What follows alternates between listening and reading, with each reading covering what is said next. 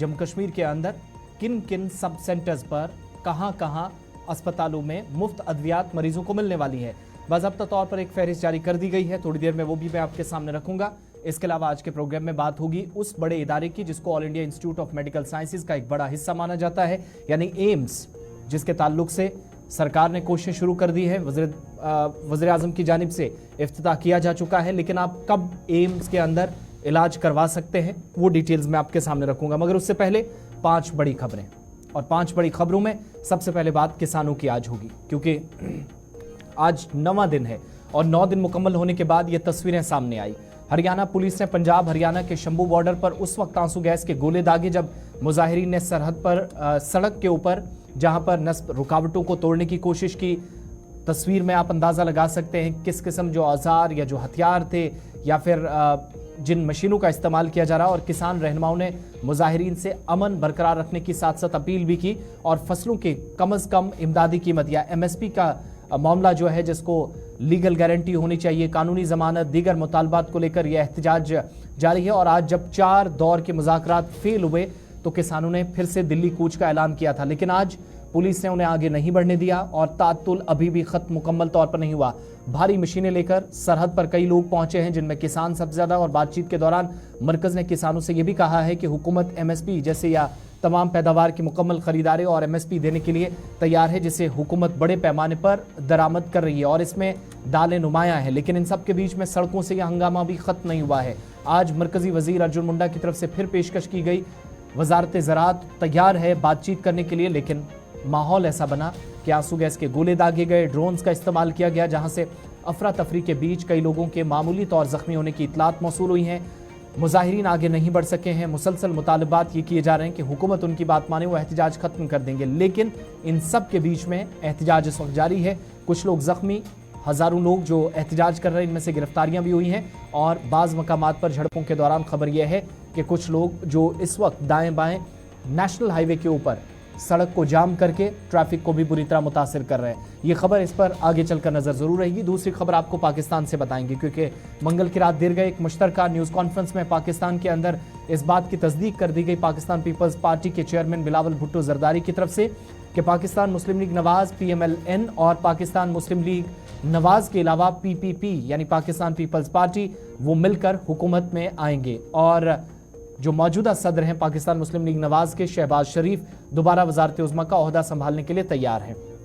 इतना ही नहीं, इस हुकूमत की मुकम्मल हिमायत के लिए PP ने ऐलान कर दिया है। अब ये पहला मौका नहीं है, इससे पहले भी PDM हुकूमत का ही हिस्सा थे, मगर चेयरमैन आसिफ अली जरदारी मुल्क के अगले सदर बनने वाले हैं, इसका भी इशारा कल की बातों से दिया गया। दूसरी तरफ PTI के लोग मुख्तलिफ मकामात पर इलेक्शन में मुबैना धांधली का इल्ज़ाम आयद करते हुए अभी भी कह रहे हैं कि मुख्तलिफ मकामात पर जहां हज़ारों की लीड लेकर PTI कारकुनान या जो आज़ाद उम्मीदवार थे, जिनको सपोर्ट किया गया था, हिमायत हासिल थी, वो तमाम लोग जानबूझकर हराए गए। और आज नंबर्स गेम अगरचे पूरा नहीं है, इसके बावजूद वो लोग जो शिकस्त खा चुके हैं तस्लीम करने से गुरेज कर रहे हैं, लेकिन हुकूमत बनाने के लिए तैयारियां कर रहे हैं। इसलिए PTI भी सरापा एहतजाज है। लेकिन आइंदा 48 घंटों में हुकूमत साजी के लिए कोशिशें मजीद तेज होंगी। फिलहाल उसी पिछली पार्टी ने जो अब तक एक दूसरे पर हमलावर थे, कीचड़ उछाल रहे थे, दोबारा से हुकूमत में आने का फैसला कर लिया है।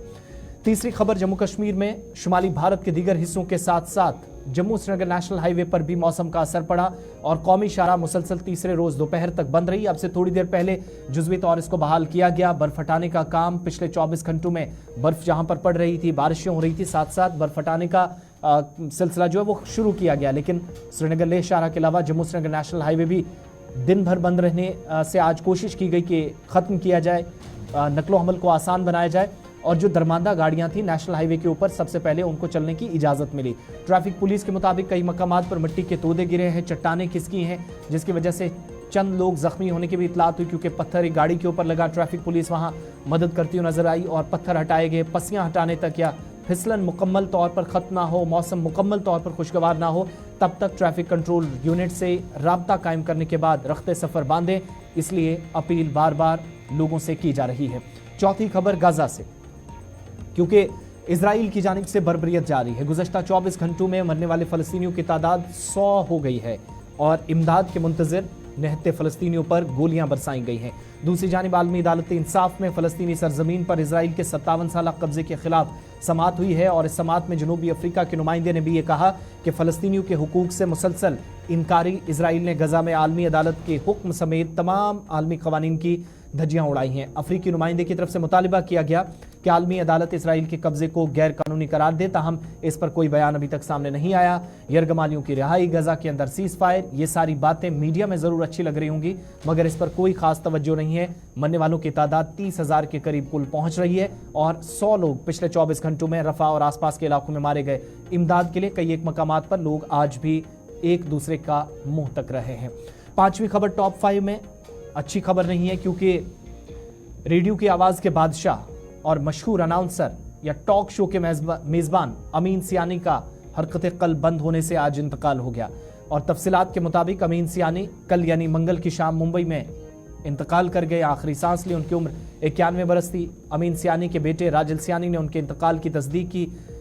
अमीन सियानी के इंतकाल की खबर उनके मदाहों में सोग की लहर के बराबर थी और वज़ीर आज़म, इसके अलावा वज़ीर दाखिला अमित शाह ने भी मारूफ आवाज़ को, जो आज हमेशा हमेशा के लिए ख़त्म हो गई, लेकिन उनके किरदार को याद करते हुए आज उनके लिए खुसूसी दुआएं की और अफसोस का भी इजहार किया।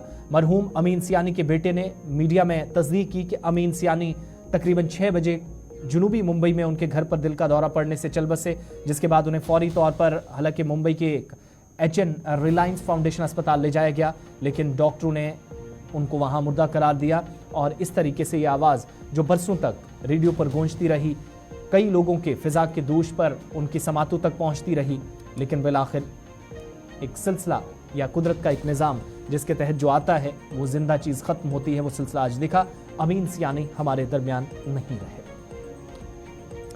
तो ये वो 5 खबरें थी जो आज सबसे ज्यादा सुर्खियों में हैं, जिन पर आप डिटेल्स डिस्कशंस करते हैं, लेकिन यहां से आगे बढ़ेंगे और बड़ी खबर इस वक्त मशरकी लद्दाख से भारत सरकार ने तस्दीक कर दी है कि लाइन ऑफ एक्चुअल कंट्रोल पर 21वें दौर की बातचीत हुई है और हकीकी कंट्रोल लाइन पर तातुल को खत्म करने की कोशिशों के बीच एक बार फिर से दोनों फरीकैन यानी भारत और चीन ने मुज़ाकराती अमल को आगे बढ़ाया है।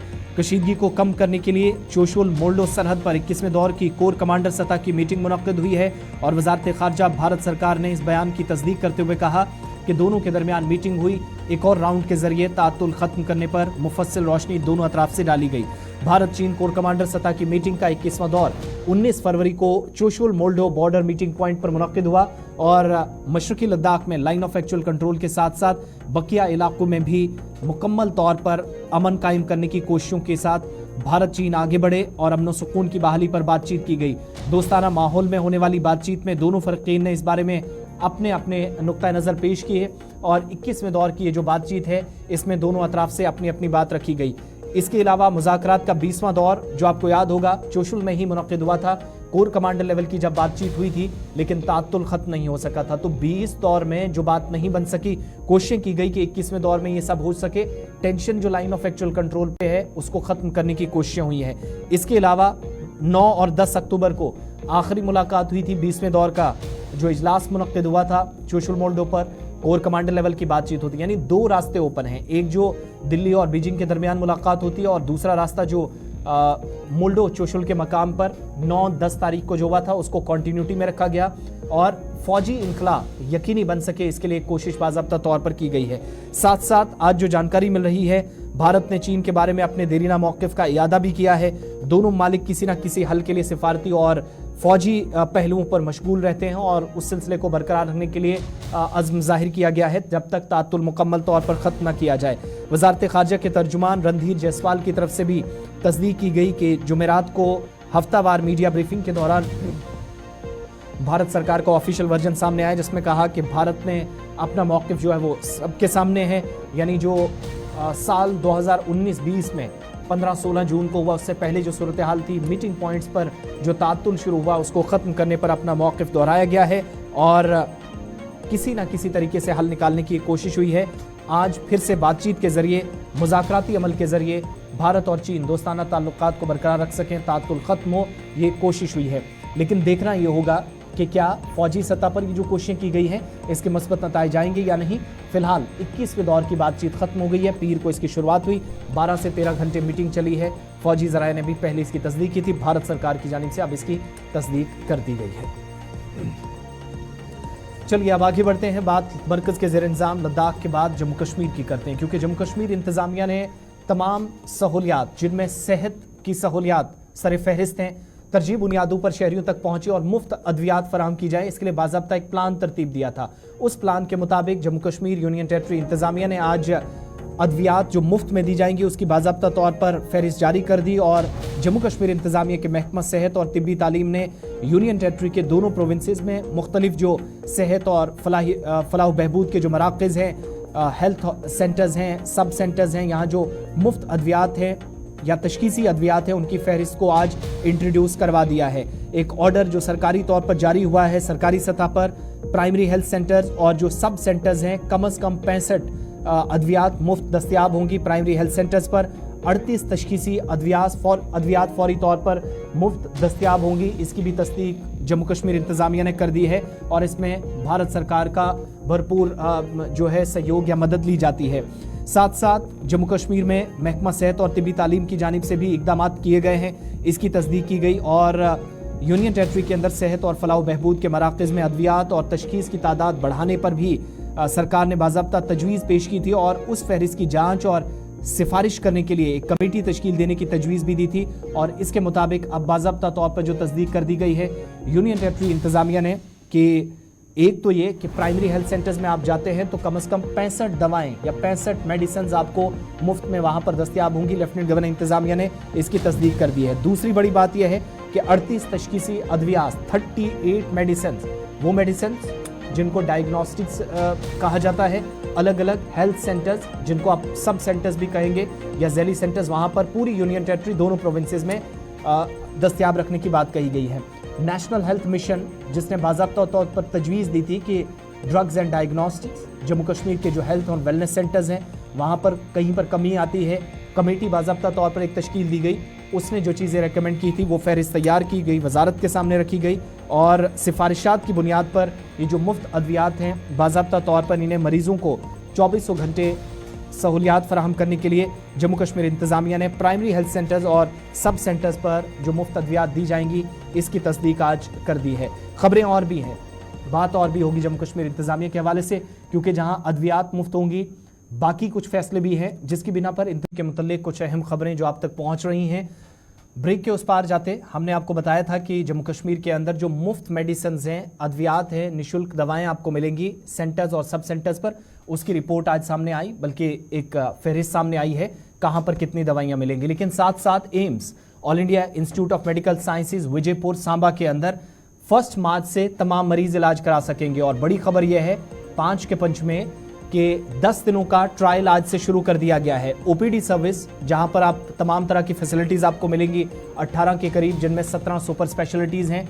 ओपीडी सर्विसेज जो कि 1 मार्च से शुरू होंगी, वैसे तो 18 तारीख से शुरू होनी थी, लेकिन एम्स की जो डायरेक्टर हैं डॉक्टर शक्ति गुप्ता, उनकी तरफ से तस्दीक की गई कि कुछ मशीनरीज जो है वो जर्मनी से आ रही हैं और कुछ पहुंचनी अभी बाकी हैं, कुछ लाई गई है, लेकिन इंस्टॉलेशन का प्रोसेस है वो साथ साथ चल रहा है। इसके अलावा स्पेशल ट्रीटमेंट एम्स के अंदर जिन मरीजों को, अब देखिए दबाव इतना पड़ेगा कि एम्स सिर्फ जम्मू का नहीं बल्कि एम्स जो बोझ उठाएगा वो जम्मू कश्मीर के साथ साथ हिमाचल प्रदेश और पंजाब का भी उठाने वाला, वहां से भी मरीज आएंगे जो बड़े अस्पतालों का रुख करते थे।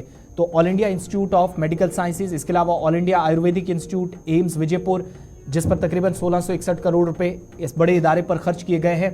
गुज़श्ता रोज़ वज़ीर-ए-आज़म की तरफ से जब विजिट की गई तो इस बड़े मंसूबे का इफ्तिताह किया गया। तो अब इंतजार सिर्फ 10 दिनों का और करना होगा, बल्कि 7 से 8 दिन है। इन 10 दिनों का ट्रायल आज से शुरू कर दिया गया है।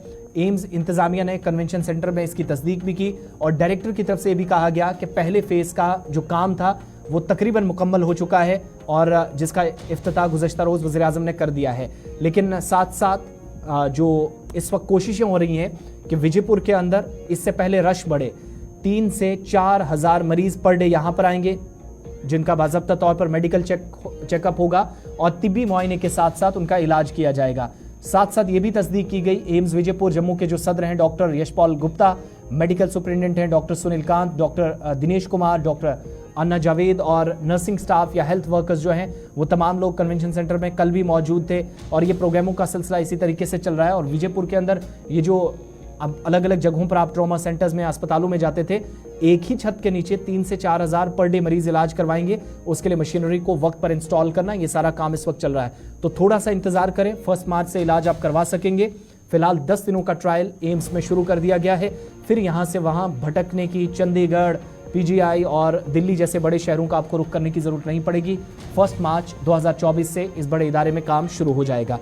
आगे बढ़ते हैं, बात अब जरा मौसम की। जम्मू कश्मीर के अंदर मौसम में काफी सुधार आया है।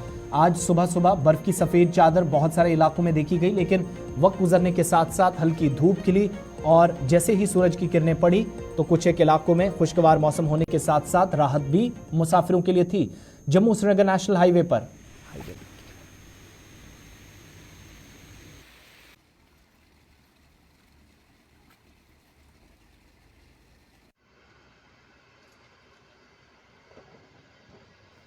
खून बंद करने के लिए सर टाकी लाओ, टाकी जल्दी। खबर इस वक्त हम आपको बता रहे हैं कि जम्मू श्रीनगर नेशनल हाईवे के ऊपर जहां, और ये तस्वीर बड़ी दिलचस्प थी, जहां आज पत्थर गाड़ी के ऊपर लगा, एक शख्स जख्मी हुआ। ट्रैफिक हुकाम ने फौरी तौर पर इन तमाम लोगों को राहत पहुंचाई, खास तौर पे ये जो गाड़ी हादसे का शिकार हुई। और यही वजह है कि फिसलन की वजह से अब सिर्फ दरमांदा गाड़ियों को तरजीह बुनियादों पर छोड़ा जा रहा है। फ्रेश ट्रैफिक अभी जाने की इजाज़त बिल्कुल भी नहीं मिलेगी चनैनी नाशरी वाली साइड से, और इस तरह के हादसात से बचा जाए। फिसलन भी है, बीच में चट्टानें भी खिसक रही हैं, ये भी एक बड़ा पेचीदा मसला बनता जा रहा है। ट्रैफिक पुलिस फौरी तौर पर एम्बुलेंस सर्विसेज के साथ यहाँ पहुँच रही है, ये एक सराहनीय कदम है। और बर्फ़ की सफ़ेद चादर आपको कम ज़रूर नज़र आ रही होगी, मौसम साफ नज़र आ रहा होगा, लेकिन ख़तरा अभी टला नहीं है। इस वक्त नेशनल हाईवे पर बार बार ट्रैफिक मुतासिर हो रहा है। तफसीलात गुलिस्तान न्यूज़ नुमाइंदा आरिफ वहीद बनिहाल से पेश कर रहे हैं, लेकिन नेशनल हाईवे पर फिलहाल दरमांदा गाड़ियों को छोड़े जाने की इतलात मौसूल हुई है। जम्मू श्रीनगर कौमी शाहरा के हवाले से अगर बात करने की कोशिश करेंगे कि कल से लेकर अभी तक जम्मू श्रीनगर राष्ट्रीय राजमार्ग पे ट्रैफिक जो है वो बदस्तूर बंद है। कहीं ना कहीं पे जहां नवयुगा काजीगुंड सेक्टर से लेकर रामसू तक के इलाके में बर्फबारी के चलते जो है ट्रैफिक के निजाम में जो है ये इस तरह का खलल देखने को मिल रहा है। वहीं पे रामसू से आगे जो है बिल्कुल रामबन तक लैंडस्लाइड की वजह और रोड में कई जगहों पे मलबा खिसक आने के सबब जो है जम्मू श्रीनगर कौमी शाहरा पे अभी भी पूरी तरह से ट्रैफिक जो है वो बहाल नहीं हो सका है। अगरचे यहाँ पे स्लाइड वाले एरियाज में जो है यानी ट्रैफिक को दरमांदा गाड़ियों को जो है आगे जाने की जो है कोशिश की जा रही है, उनको आगे छोड़ने की कोशिश की जा रही है, लेकिन कहीं ना कहीं पे रिस्क भरा माहौल अभी भी रामबन से लेकर बनिहाल तक जो है वो देखने को मिल रहा है। मैं बताने की कोशिश करूंगा कि यहाँ ट्रैफिक पुलिस बनिहाल की बात करें, रामबन जिला की बात करें, वो हर वक्त जो है यहाँ पर एक तो ट्रैफिक को रेगुलेट करने की कोशिश करते हैं, और दूसरा अगर कहीं पे जो है कोई ऐसा मामला होता है, अभी जो है यहाँ पर बनिहाल से जो है बटोत की ओर जो है जाने वाली जो एक मारुति कार है उसमें शबीर अहमद हजाम जो है शूटिंग स्टून की वजह से जख्मी हो गया। लेकिन सल्यूट के काबिल है ट्रैफिक पुलिस बनिहाल, जहां पर डीटीआई जो इंस्पेक्टर ट्रैफिक है अपनी टीम के हमरा जो है स्पॉट पे पहुंचे, उन्हें फर्स्ट एड दिया, उसके बाद जो है हॉस्पिटल में जो है उनको मुंतकिल किया गया। कहीं ना कहीं पे यहाँ पर कहा गया है कि सफर शुरू करने से पहले आप नजदीकी ट्रैफिक यूनिट्स के साथ आप राबता कायम करें, क्योंकि मौसम के मिजाज अभी भी जो है वो बेहतर नहीं है और हाईवे पे कई जगहों पे दिक्कतें हैं। कैरा पसंद शाहनवाज के साथ आरिफ वहीद, गुलिस्तान न्यूज़।